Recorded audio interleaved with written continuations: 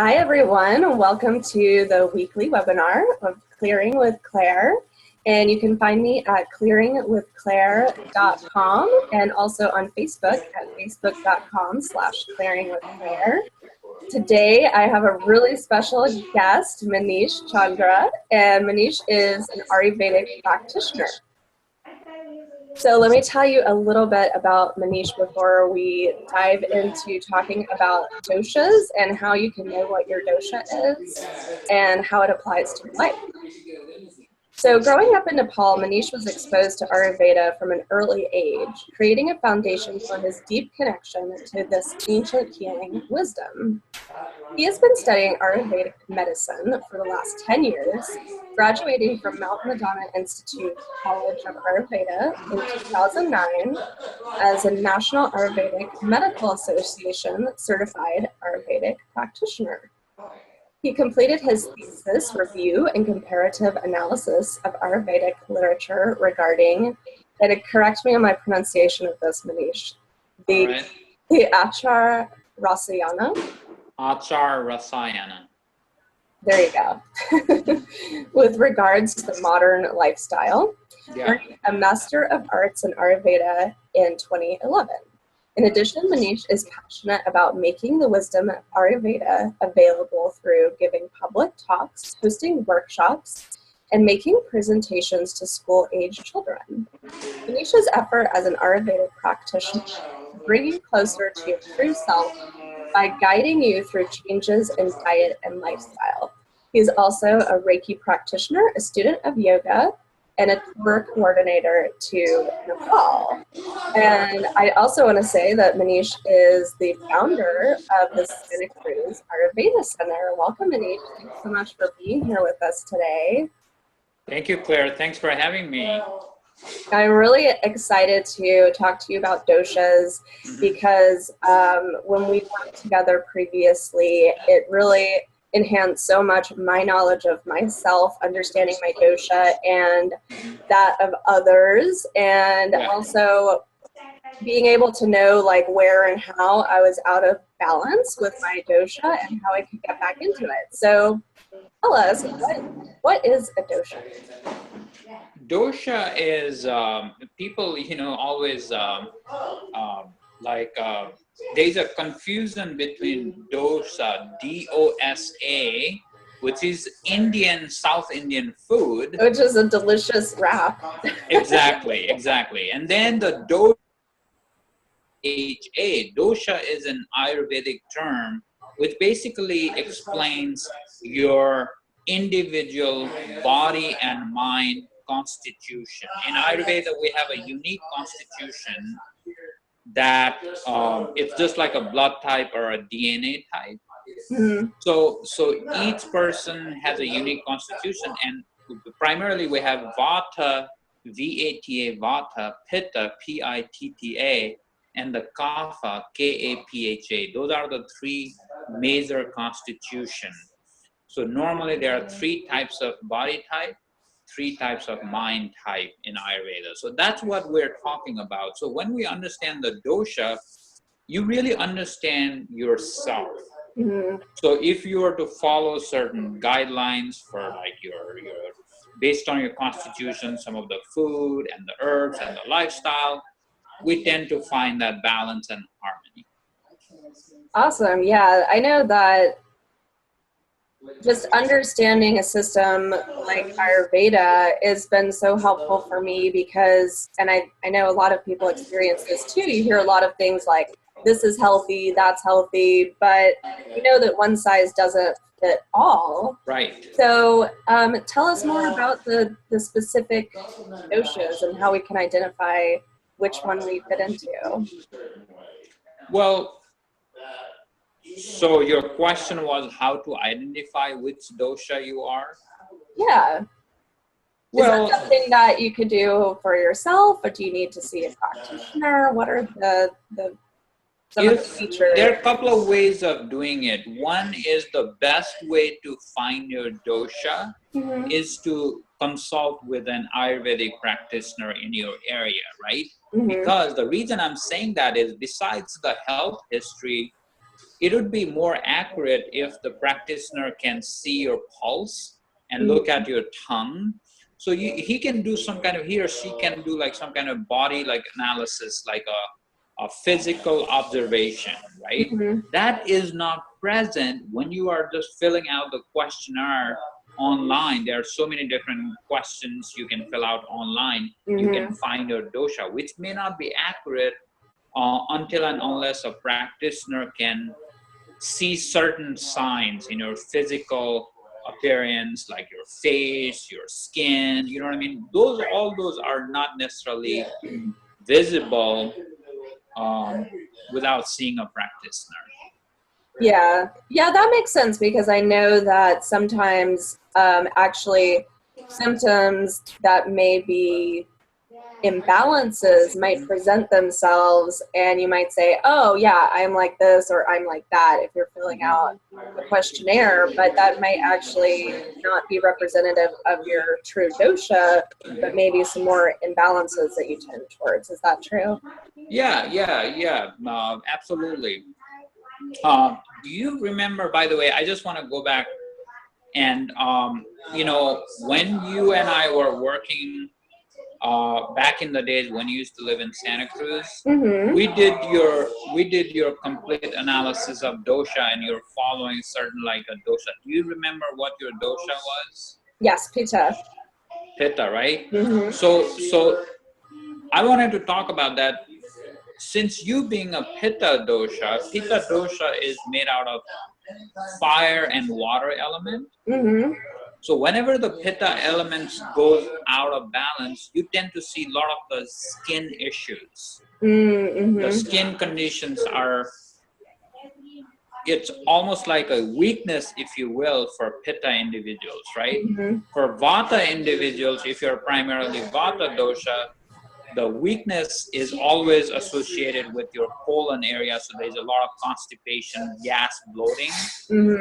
And for Kapha, it's normally like a mucus, a lot of mucus formation. So therefore there's a lot of runny nose or like watery eyes, or thick mucus coming out of your mouth and things like that. So there are always like weaknesses in each of these doshas, right? So you being a predominantly Pitta person, some of the thing I would watch out for is not exposing yourself too much into the sun, or not eating a lot of hot spicy foods. That will because again, Pitta's predominant elements being fire and water, right? So those are the things we try to find out. What's your predominant dosha, and how do you keep balanced of those doshas? Yeah, let's talk a little bit more about each dosha and their properties. So we just talked about Pitta a little bit. That's associated with fire, and it's interesting because I never really knew this until today, until I was researching a little bit about essential oils in relationship to doshas, and I didn't realize that Pitta was also fire and water. And when I looked at myself from a more Chinese medicine aspect, I thought, why do I have both fire and water as my strongest elements? And I thought, like, isn't that conflicting? What's going on here? So I think it's great to share with people which elements that the doshas correspond with and how that affects people. Okay, that's a good question. In Ayurveda, there are 5 elements. They're a little bit different than Chinese medicine. So in Ayurveda, the elements are ether or space, air, fire, water, and earth. Those 5 elements makes up our human body, right? So those 5 elements are present in our human body, or any living organisms, or also in nature. Those 5 elements are present. So each of the doshas are the combination of 2 elements. The Bata dosha is made up of ether or space and air. That's Bata dosha. The Pitta is fire, and water. And the Kapha dosha has earth and water. So when you look at the elemental level, space and air is pretty light, right? Yeah. So ether and air is pretty light. So when you look at somebody's structure, body structure, Vata body type are pretty thin, less body mass. So they're like a little bit like, you know, thin framed people. They're not stocky. Right. There's not much like earth and water element there. Although, however, everybody has all those 5 elements. We're just talking about the proportion. What's the proportion? Normally, Vata type body type, they're normally skinny people, thin framed. And Pitta is moderate, like they have enough like a water element, so their frame is not as thin or skinny as Vata, because they're fire and water element. Their skin texture is a little bit reddish, blush, because especially Pitta people, when you guys, especially you being a Pitta, you probably know this, when you eat hot spicy foods, you start to blush. Yeah. You start to blush, right? Because there's a lot of fire element in the spicy foods. Yeah. Same with alcohol. When you consume alcohol, you guys tend to blush because there's fire element in the alcohol. Any kind of acidic foods will blush you out. So there's a lot of fire element, right? Yeah. And then the Kapha has earth and water elements, so they're stocky because there's a lot of earth and water element in their body. So if you look at the body structure, a little bit heavier set. I'm not suggesting obese, but a little bit nice, stocky people. They're normally like well-built, solid people. They're normally Kaphas, right? So those are the physical structures we're talking about. How about the mental attributes of Vata people? Vata, because of the elemental qualities of Vata, there's space and air involved in Vata. Those are the elements. So there's a lot of spaciness happens when you're out of balance. Vata people, there you have no coherent like thinking. You're jumping from one to the next. You're starting one project there, you're doing another there, like so many hands going in one project. You're not finishing one project, but you're like involved in 10 different projects. That is more like a out of balance Vata, right? Scattered mind. And always nervous and anxious. You cannot sit still because the elements are space and air. So that's more like out of balance Vata. When Vata is in balance, Vata people are very artistic, dreamer. They're very creative people. Most of the artists are Vata. Yeah. So most of the artists I know, like poets and artists, are actually Vata people. Oh, interesting. In balance, that is. Out of balance, they're always running late. They have no sense of time. They're all over the map, very scattered, nervous, energy, you know, that kind of thing, right? When it comes to Pitta, when in balance Pitta people, when they are in balance, they are very ambitious people. They get things done, go-getter type. They're highly motivated. When they put something, you know, like they plan on something or they start a project, they finish it. Extremely successful people are Pitta people because you need a lot of like, you know, ambition, right? So those are Pitta people. But out of balance Pitta, however, agitated, easily agitated, angry, pissed off, you know, all those. It's not fun to be around when they're out of balance. They're like upset with little tiny things, irritable. So, it's just like not fun, right? But when in balance, it's a beautiful thing to have, right? About Kapha, when Kapha is in balance, they are the sweetest, loving, compassionate people.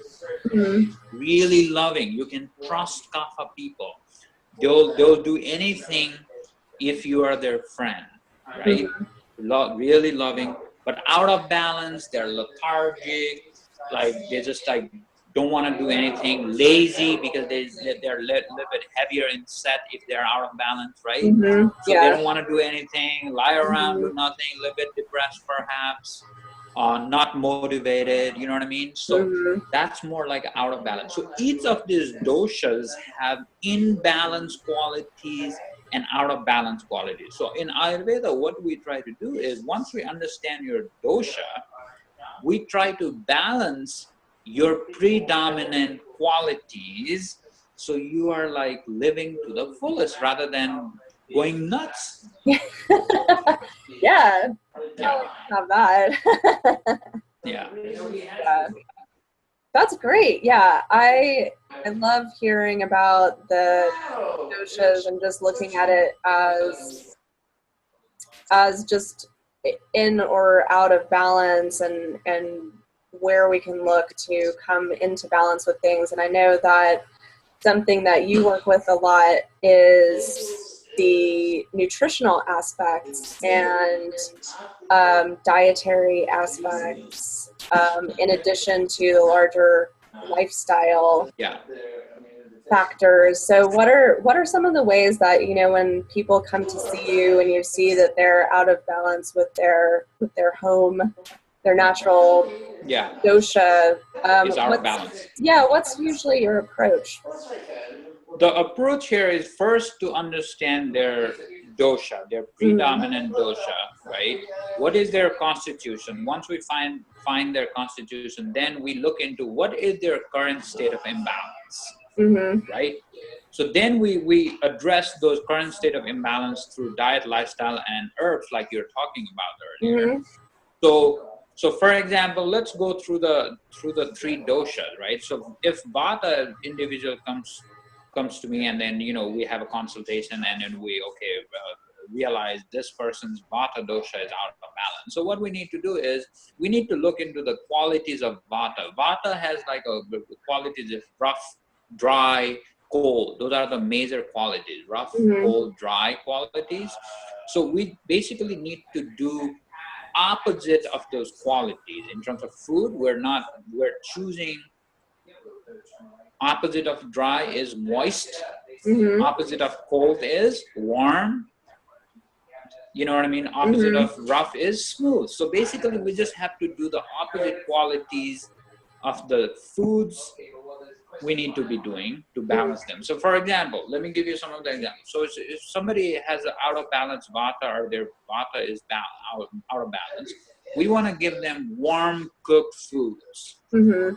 No dried foods, like no chips, no crackers, popcorn, things like that. Those are all rough, dry. Avoid that. Same with like a raw foods, we need to avoid that. So everything has to be moist and warm and smooth kind of qualities of foods. Like so steamed vegetables. Steamed vegetable or sauté doesn't have to be steamed, but something cooked, warm. And then nothing raw for the time being, right? And no chips, cracker, popcorn, things like that, and no cold foods, no frozen, no like ice cold drinks or any sort like that. So all of those needs to be avoided. And in the body, we need to give them warm oil massage. And then for the mind, they probably won't object to that. Yes. A lot of people like it. Yeah, warm oil massage is very good. So it really nourishes their body so they feel warm, because they're naturally cold, right? Bata has a lot of air qualities, air elements, so they're normally cold. So we want to give the opposite of cold, which is warm. So Bata people normally, I even talk about the weather where they should be living in real life. They actually thrive if they live in a warmer weather versus cold weather. They're miserable in the cold weather. Yeah. So they should be moving more like a south, not north, right? So something warmer weather. So that's something we need to look at. And also they need to be doing some kind of yoga and meditation every day to calm their mind and their nervous system, something soothing yoga, things like that. So that's for the Vata dosha. Pitta dosha, naturally they have a lot of fire in their system. So we need to cool them down, especially in the summertime right now. So I would suggest doing more like cooling foods. Mm-hmm. So pittas are the ones who should be doing more like, they can do like a raw foods at this time, especially Juicing. juicing and all that. So they could be doing a lot of cooling things. They don't have to focus on warming thing necessarily. Mm-hmm. Having said that, I would never suggest any iced cold drinks Mm-hmm. for anybody, because that really disrupts our digestive fire. We call Right. it ghee. That really puts out the digestive fire, so that the food you are eating would not be assimilated well. Mm-hmm. So other than that, you guys can basically, you including, you know, your pitta dosha, you can do a lot of like cooling foods, you know, cooling exercises, you know, things like that. So What would you say are some cooling exercises? Because we usually think of exercise heating you up. well, you guys, you know, I would not necessarily would suggest for pitta dosha to be running, because that will heat you up even more. Yeah. So maybe like something like a going on a walk, so you are not like, it doesn't like burn you out quickly. So it's anything, it doesn't burn you out quickly. Like, Okay. you know, just walking versus running would be cooling for pitta. Mm-hmm. And then some of the cooling breaths, sitali pranayam is one of the cooling thing. It cools you down instantly by doing this cooling breath, right? Mm-hmm. And if you were to do yoga, then focus on not strenuous kind of yoga, so your Right. body doesn't heat you up quickly. So anything cool down thing, especially again in the summertime, I would not worry too much in the winter, because winter everybody needs to heat up. Mm-hmm. But we're talking mostly focused on the summer weather. Right. So summer weather, pitta should be doing cooling things, not get exposed to sun too much, not eating a lot of spicy foods, not drinking too much alcohol necessarily, because that will warm you up too quickly. Yeah. So those are the things I would suggest for pitta, right? Okay. Mm-hmm. And then for kapha dosha, kapha needs to be moved.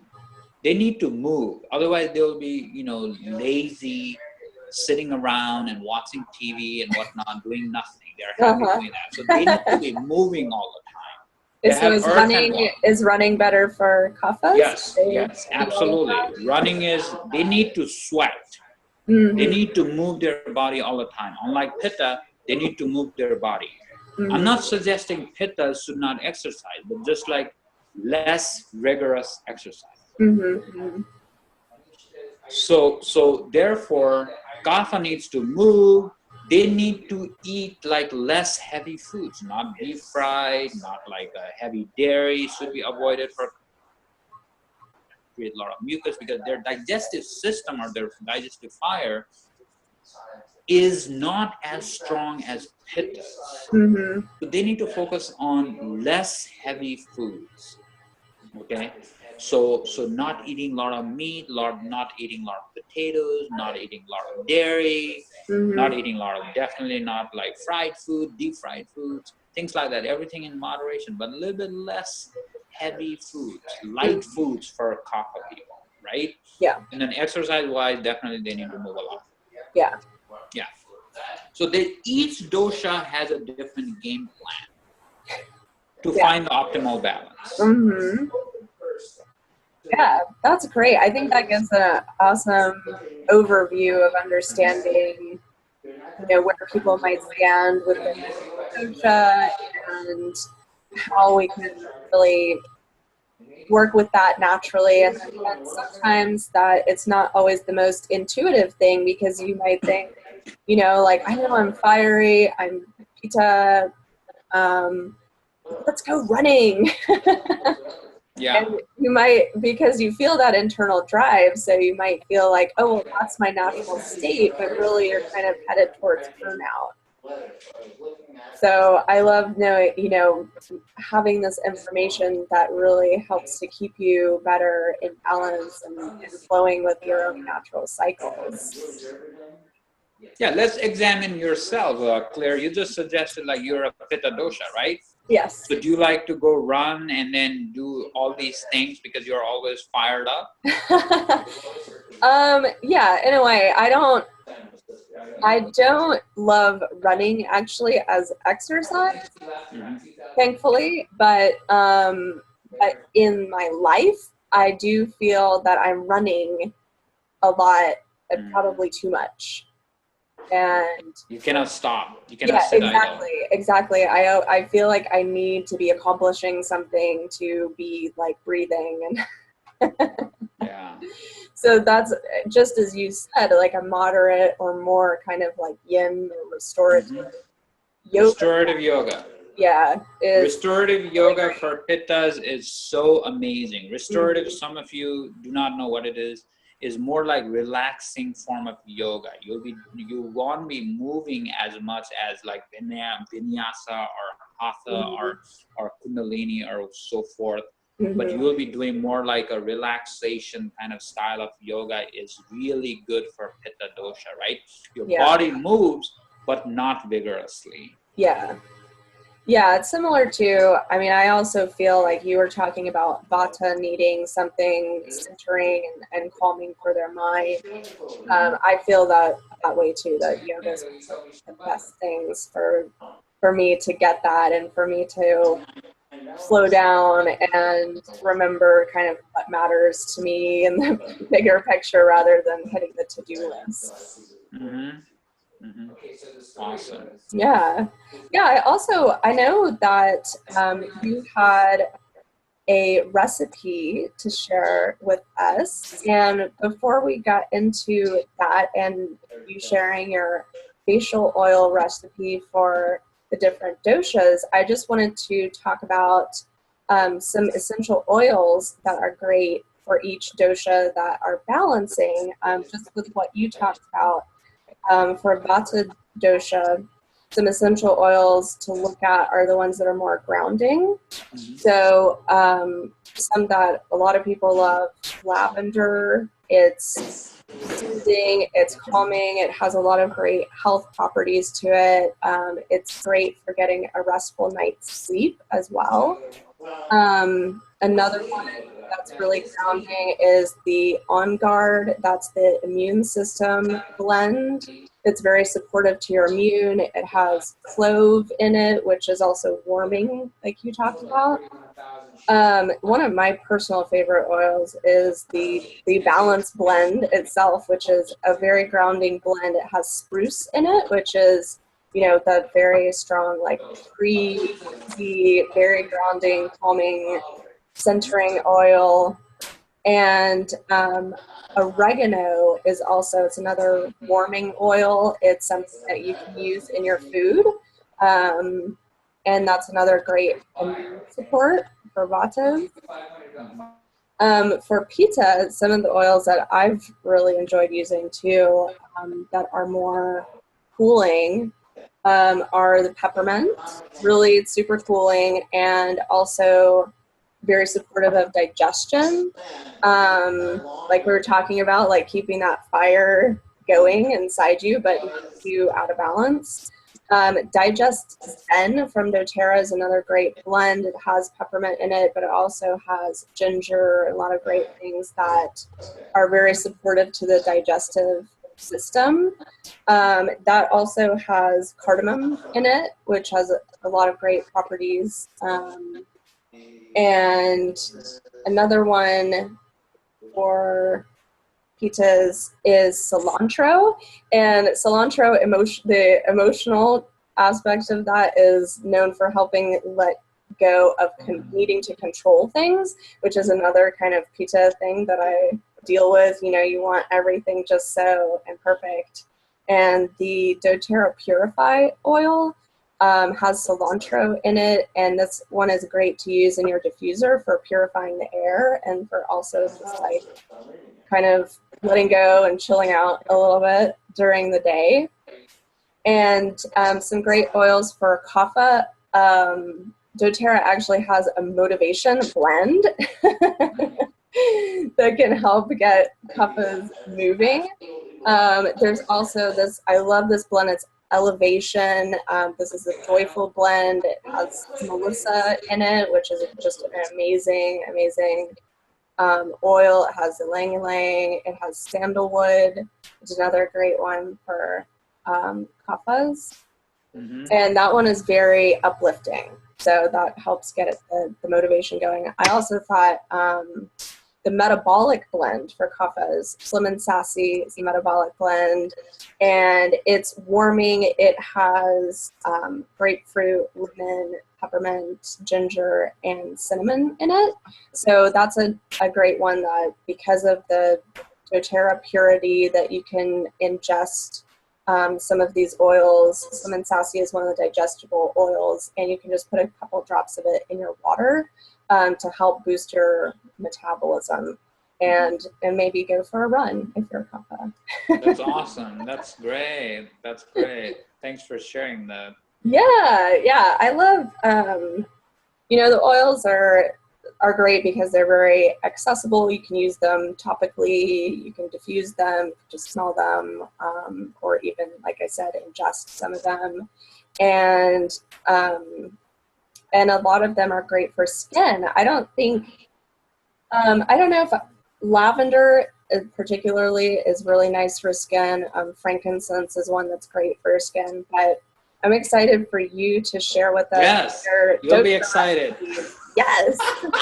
Yes, everyone get a pen and paper, and Manish is going to share with us a facial oil blend used for radiant skin. I know that one of the times in my life that my skin has looked the best is when I was doing your recommended dose of turmeric. Oh, really? Yeah. Wow. Yeah.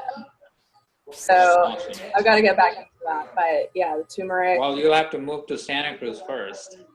Why? Because this is the Mecca, healing Mecca here. The healing Mecca. I know. Well, anyone, if you're in Santa Cruz, you've got to go see Manish.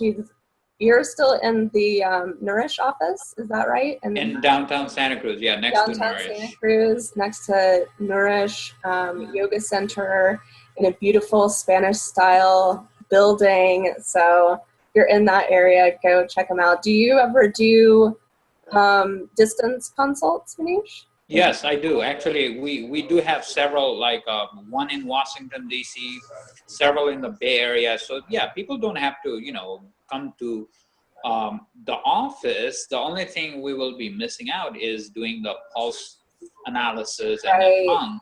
But that can be, tongue I can pretty much look at it on the screen. Yeah. Like we're doing right now, like a Skype. We do a lot of Skype consultations. The only thing is, pulse. But that basically, if I ask enough question, I can pretty much figure out what your dosha is anyways. So it's not a big deal. But I definitely need to look at that person. Like on the screen, like we're doing right now, or in person. Okay. Well, so if you want to find Manish, we'll put the link with the recording as well, but you can find him at santacruzayurveda.com.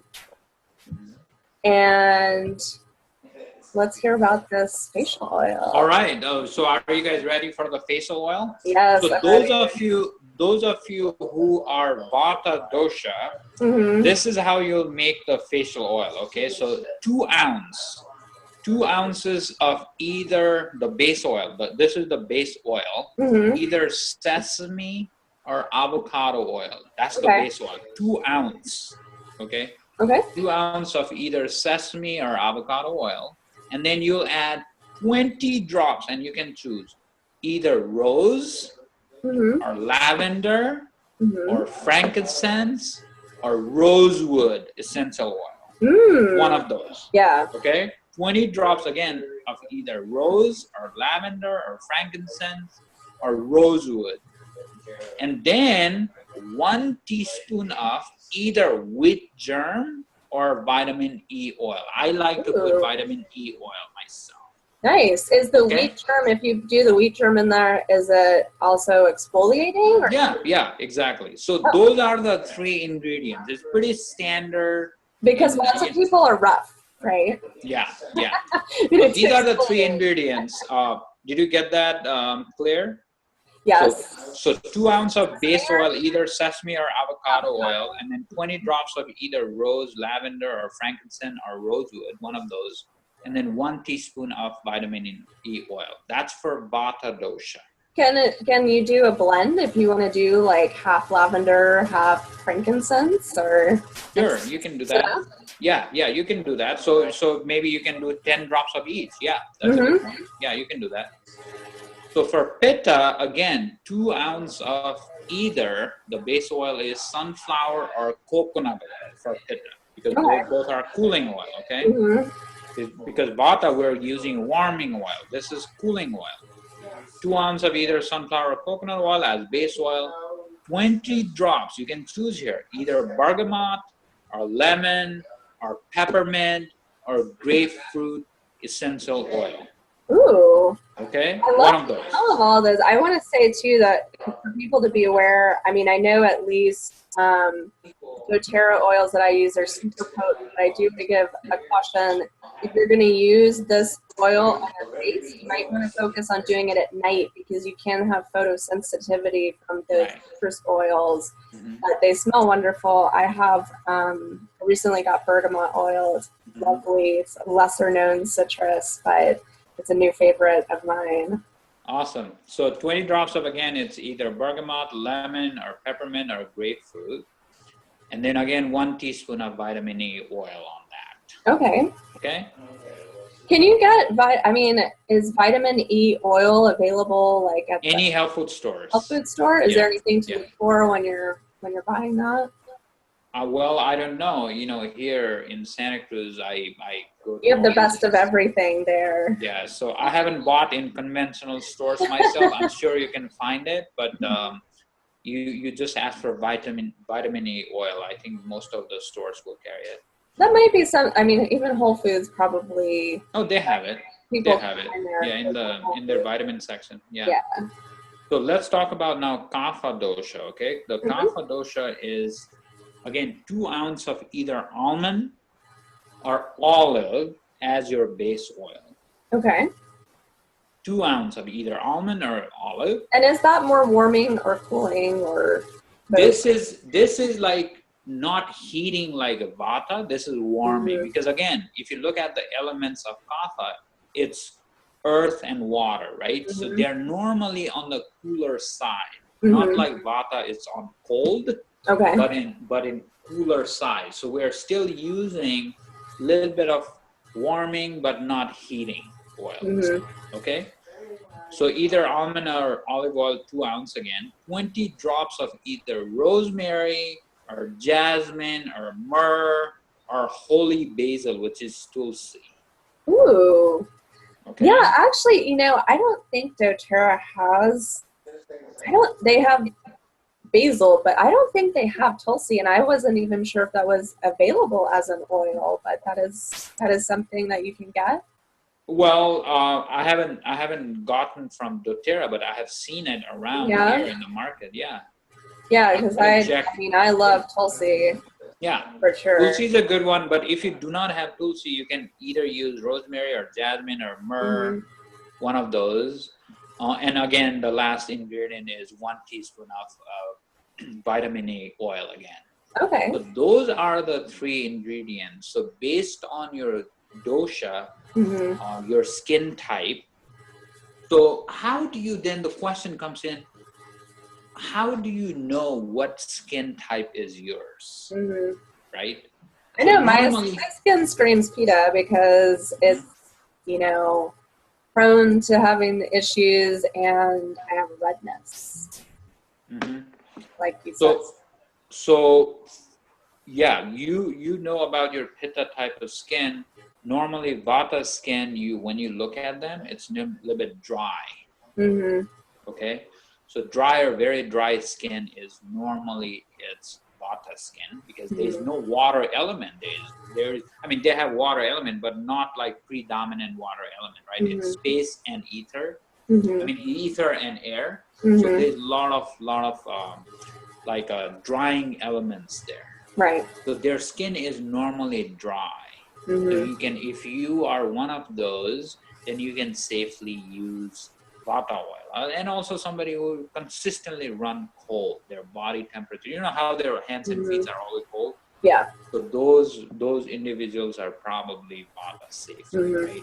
So if you're one of those, then you can use the Bata oil for your face. That Bata facial blend we talked about. And if your skin is fairly moist and reddish or like blush or something like that, you know that is a Pitta skin, right?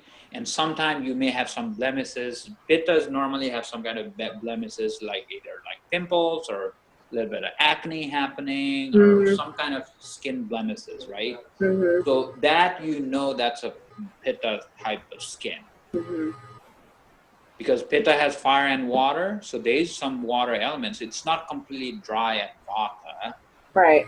It is dry, but not so much like Vata. Yeah. But it's more like reddish in color, and compared to Kapha skin is always moist. They have a lot of oil because of the water element. They're earth and water elements, so they have a lot of you can see their skin is fairly moist. So if you are one of those, and their skin is fair, like they don't have a lot of skin blemishes. Actually, Kaphas don't have a lot of blemishes. The blemishes is always Pitta people. Man, it's not fair. No, not fair. I mean, it's not fair. No. But some of the qualities of Pitta, is beautiful. So you just have to pay some attention.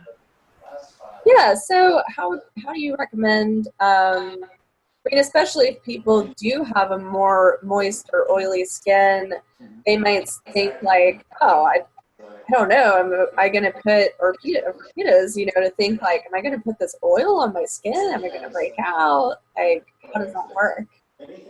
Well, no, that's just like the conditioned mind. Everybody, our skin needs to be moist. Again, especially Vatas need to pay extra attention to moisten their skin, because otherwise they will go dry and they have like chapped skin all the time, cracked and chapped. But Pittas, because of your sensitive skin type, you need to put those oil pretty much daily, so that what is the reason behind putting the oil is basically it's for the detoxification purpose. Just like you're doing the healthy food, right? You're eating healthy food so that your body will detoxify properly, your body will assimilate properly, instead of eating those deep fried food. Deep fried food has, first of all, no nutrition value, and the nutrition is all killed. And second, your body, when you are doing whole foods, whole grains, your body can assimilate. In the meantime, your body will detoxify constantly, right? So when you're putting anything externally on your skin, you are basically giving that vitamin E oil, you are putting that essential oil in that oil, and the vitamin oil can go through your skin, transdermal effect we call it. We're basically putting things through your skin so that your skin could be detoxified. So basically it is more like for the detoxification purpose. So once your skin is detoxified properly, obviously it will look nice. But the main detoxification is always through food. What you eat, what you become, right? Can't get away from that, right? Right. So that's the number one. The number two is putting something on your skin externally. In Ayurveda, it is big. Oleation in Ayurveda is big, right? So we're putting like healthy food in your body and also healthy stuff. Actually, one of the things, it might scare a lot of people, the audience, is in Ayurveda, our rule of thumb is, we don't put anything if you cannot eat on your skin. Don't put anything on your skin if you cannot eat them. Yeah, don't be afraid of those people, but that's something, I mean, actually I'm going to be doing a webinar on natural beauty and cosmetics. It's a little bit about making your own as well, like what we're talking about here, because you are basically eating it. When you put something on your Yeah. skin or even in Yeah. your hair, it just goes right Yeah. into your bloodstream. I remember one time when I asked you to put turmeric on your skin, you used to say, oh my God, my bed sheets are all yellow, everything I is know, yellow. I would never do it. I would never do it. I've been thinking about that. I was like, man, I know. I was just like, I'm going to have to buy like black towels and sheets. And Yeah. yeah. But you're also skin at that time. You're not only putting things on your skin, but you're also doing really good food based on your dosha. Mm-hmm. And as I remember, your skin was radiating. I mean, even now it's radiating right now, but this is back in the days, right? This is like several years ago, and then all of a sudden your skin started to glow and radiate because you're doing both internally and externally. Yeah, Manish, you also are the reason that I stopped eating frozen food. Oh, good. Glad to hear that. There's no prana. Not to say that I haven't relapsed here and there, but that's always stayed with me. That really brought it home to me how the prana, the life force, the vitality of the foods is killed by Yes. it. Mm-hmm. You even knew that term. I'm so proud. Yes. I know we could. There's so many. I mean, understanding Ayurveda and working with you, just really, there's so many ways that it just really helped me get back into balance because it's so holistic, like you talked about, and it's not only the physical, the body type, the lifestyle, but the emotional aspect, brain goes all in. It's such an important factor to have that holistic approach when something's going on, not just address one aspect of it, like, oh, I'm feeling anxious, and that doesn't just mean doing yoga, but also even the things that you're eating contribute to that, and that's what I think is wonderful about Ayurveda and your practice that you do with clients. Yeah, it's basically Ayurveda is, as you know, I don't know if I ever shared with you, is I used to have a chronic sinus infection, like a chronic sinusitis for like 10 years. Oh my God. My uncle being an ENT surgeon, every year he used to give me decongestant, which is like putting on my nose like a dropper. Right. And also antibiotics whenever it gets really worse in the winter season.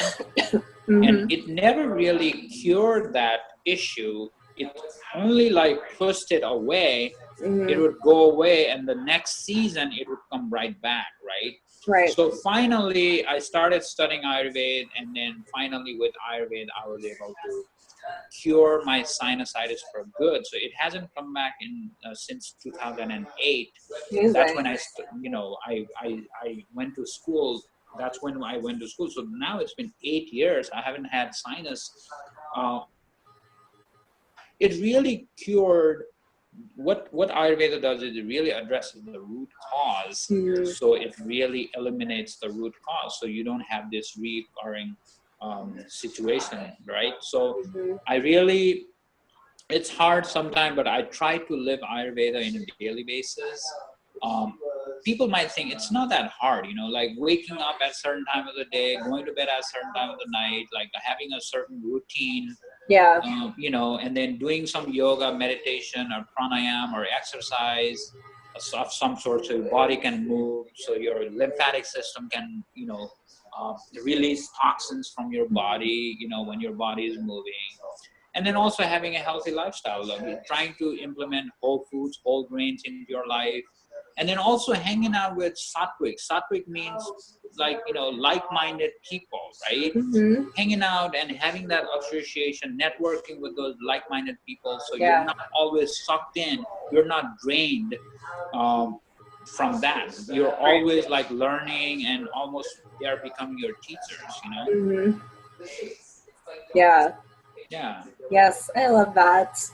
Well, I know that we're going to start wrapping up soon, but I just wanted to talk a little bit about what you said in your bio about being a tour guide to Nepal, because I don't know when, but I want to go to Nepal with you. Let's talk about I'll be honored, Claire, if you ever want to come with me to Nepal. Actually, Yeah. I just led a trip to India last December. Oh, wow. I organized a trip to India. Mm-hmm. Actually, that was more like our detoxification tour. Like we all did the Panchakarma therapy in India. Mm-hmm. There were like six of us. We did that. So that was last December in the winter, because we went to southern India, so it's warm at that time. Mm-hmm. So that's why we chose to do right before Christmas, right? Nice. So I might be doing that again end of this year if you're interested, but I would love to take you and my other friends in Santa Cruz and the Bay Area to Nepal. Yeah. The reason I put my bio on my website was I grew up in Nepal and I moved here after high school to Santa Cruz, right? This is my home now. But that was my home then until high school. So I moved here, and then you know, I love Nepal. That's where I was born and raised, and there's a deeper connection, you know. So what I did was during college, I used to lead trips to Nepal. Oh, wow. I didn't know that. Yeah, so I did that consistently every year. I led like 2 trips a year to Nepal. So that's how I was, you know, able to pay my bills and all that stuff during my college. So I still put that as my bio. I haven't done that in a while. I'm more focused these days in Ayurveda. So now I'm like maybe shifting more into Ayurvedic tours to India, Nepal, and hosting international retreats and things like that. But I would love to take you to Nepal. Are you kidding me? That would be an honor. It's on. It is on. I often think about, you know, when I was going through a tough time emotionally, and, you know, we were working together, and I remember you saying to me, like, Claire, you know what, you know what would really set you straight? If you would just work on a farm in Nepal for a couple months, that would really put things in perspective for you. Yes. And I know you're right. Yeah. It's all about, you know, grass is always greener on the other side. And, you know what I mean? Your neighbor's yard is always better than yours. That's what it is. But we have to shut that narrative in our head and then accept what it is, and then be, you know, fully like have that gratitude for what we have. You know, be present with everything we do. Be present. There's a lot going on. Even right now, there's a lot going on, right? If we just can be present. It's true. The fullness of the moment. Yes. Well, I know there will be very full moments in Nepal, so. Let's do that. Keep me, you know, posted about, you know, when you are coming to this area, and we can talk more, because I really want to lead a trip to Nepal to some of my, you know, I really want to take some of my friends from this area. Or India, you know. I'm definitely going back to India end of this year, December. So if you are on, we'll be doing Panchakarma again. So you let me know. Okay. Yeah. It's a little intimidating, but I would love to do that, and absolutely, definitely somewhere that I want to go. What, just before we close up, just because we've been throwing out this Panchakarma, and I know that at your center you do those practices as well. So can you tell us just a little nugget about what that consists of? Okay.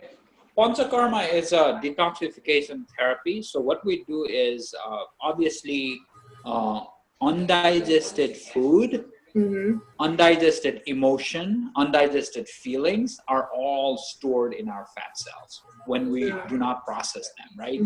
So there are a lot of reasons why we do not process our food properly, why we do not process our feelings, emotions properly, right? So they are all stored in our fat cells. So from Ayurvedic standpoint, what we're doing is we're cleansing our body and mind by detoxifying our entire body channels, right? So what we do is before Panchakarma, at least a couple of weeks before, we go into this very simple, easy to digest food And we do a lot of oleation by means of ghee, which is clarified butter. So we're doing a lot of ghee.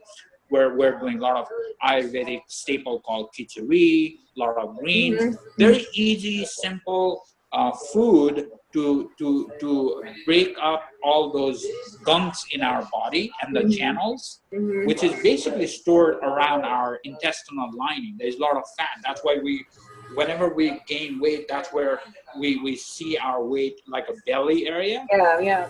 So there's a lot of gunks around there, right? So therefore, we're trying to loosen up by doing simple diet for a couple of weeks, and then the main therapy starts. And then we're doing like a purgation therapy. Like purgation is basically induced diarrhea. So buy some herbs, or you know what I mean. And then also we're doing medicated herbal enemas to clean the colon. So for some people, we also do herbal, like a vomiting. So if they have a lot of congested, like upper respiratory channels, we do vomiting. So all those mucus and the gunks comes out from the mouth. Wow. So there are a lot of different areas. Again, this Panchakarma therapy is designed individually. So your Panchakarma therapy may be different than your friends based on your dosha, what we're trying to accomplish. Basically, it's a complete detoxification therapy. So in our clinic here, the maximum we have done is like a 7 days Panchakarma therapy. Okay. It is very expensive. And besides, we do a lot of body work at that time, because we're moving your body externally as well. Because detoxification is huge. We're doing a steam tent. We're applying a lot of heat. So anyways, there's a lot of detoxification. Our major source of detoxification, as you know, is through our skin, right? So we need to basically apply the heat. We need to let them sweat a lot. That's why sweating is huge in Ayurveda. We are constantly detoxifying. So there's a lot of body work done. Like internal herbs are taken for purgation or vomiting or enemas and things like that. So it's a major detoxification, right? Wow. The reason I wanted to go to India, and I did go to India last year, is I wanted to do like a full-on 21 days detoxification. Wow. Every day like that for 21 days. Wow. But here, to do 21 days, it becomes very expensive, right? Yeah. So therefore, we chose to do it over there properly. So you can have the full experience. Well, I would imagine that, especially traveling to India and doing this, but even doing the shorter version closer to home, it would just be a total transformative experience. My previous guest was a colon hydrotherapist, and she talked about how much people don't realize the emotional factors that are stored in all that gunk, like the things that we literally and figuratively are holding on to, and what comes when we let those go. Right.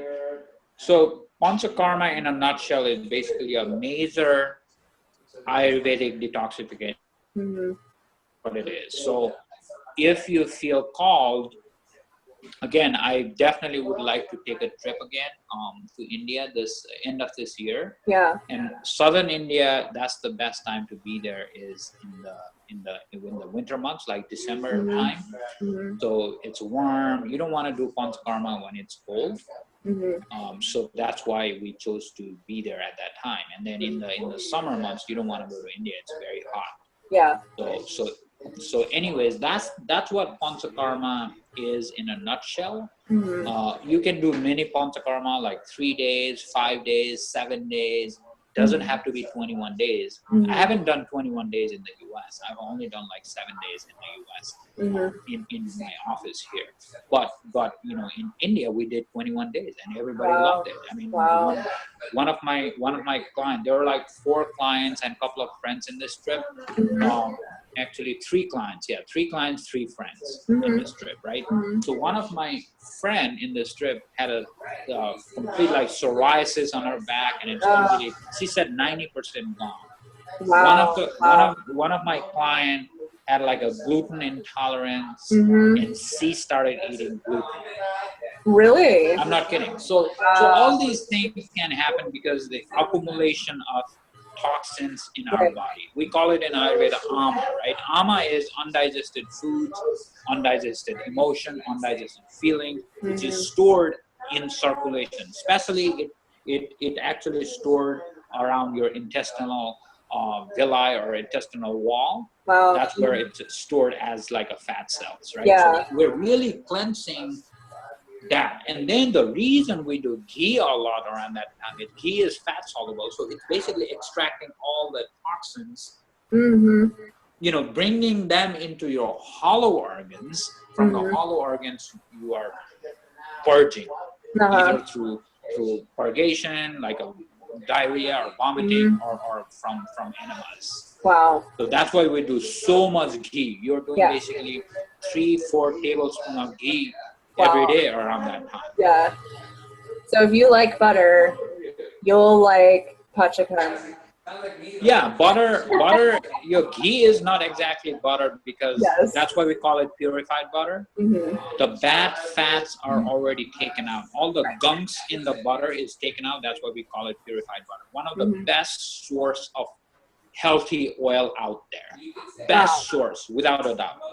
Yeah, because it has butyric acid make in it. my own ghee. Yes. And that's pretty easy, right? You just, if you get some really high quality butter. Yeah.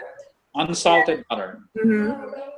And you warm that up in a skillet, and then you skim those other fats, stuff that's still like the opaque stuff off the top of it. That's basically making ghee, right? At home? Yeah, you basically skillet or like in a container, like some kind of a pot.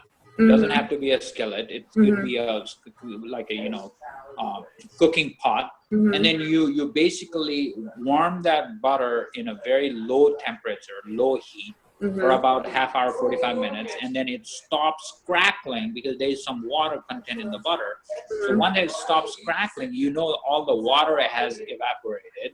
So that's when you turn off the heat, let it cool down. You don't have to scraping that gunk on the top because you want to use the really fine stainless steel strainer, not the cheesecloth. You don't need to use the cheesecloth, but some kind of a fine, nice, like a stainless steel strainer, and you strain into your glass jar. Okay. Once it cools down, right? So that's how you make ghee. Takes about 45 minutes in a low heat, and you're ready to go. And then you basically don't need to keep it in a refrigerator. It could be in a room temp. Oh wow. Yeah. And is that good? Is that beneficial for all doshas? Using the ghee? All doshas. There are so many things in Ayurveda which are good for all doshas. We call it tridoshic. I like that. Tridoshic is good for all doshas, right?